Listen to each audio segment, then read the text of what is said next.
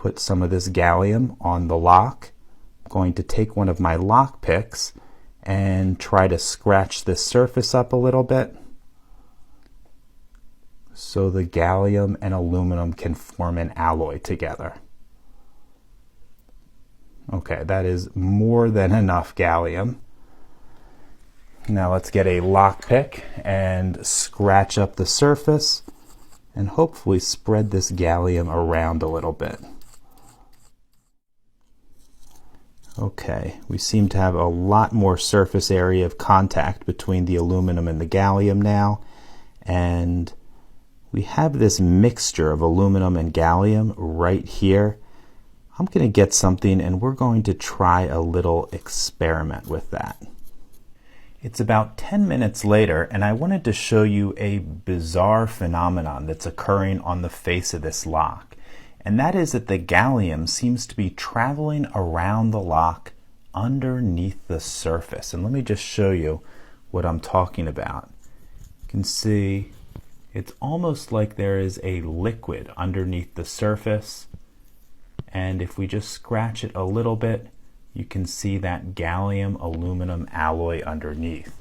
We're also reaching the point where this gallium is dripping off the padlock. Let me see if I can pull some of this off from the side.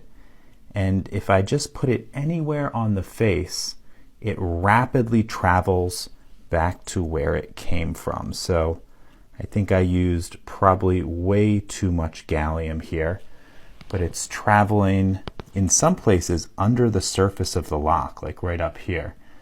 If I break it up, you can see all that gallium just underneath the surface.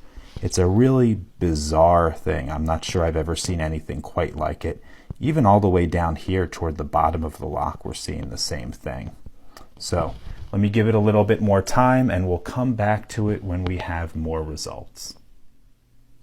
It's about 4 hours later and I've taken a couple of precautions. First, I have moved the lock onto a large piece of craft paper, and second, I decided to wear some rubber gloves, not because there's anything dangerous about gallium, but because I don't want to take the risk of contaminating anything else in my work area. So let's take a look at this lock. As you can see, the front of it looks pretty gnarly, but there isn't much in the way of liquid left. It is a little bit slippery, and I suppose there is some liquid gallium, but hardly any.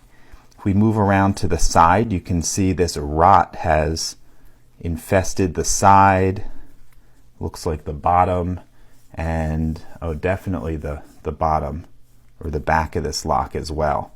So I don't know whether the gallium simply seeped around the edges underneath the surface or it infused completely through the lock body, but let's take a look. Whoa, I just had a little piece of that lock break off. Okay, clearly it has it's infused well into the lock body. So let's see if we can break this apart. Let's start by trying to get little chunks off. And I guess right here was the exception. Let me get a small screwdriver and see what happens with this.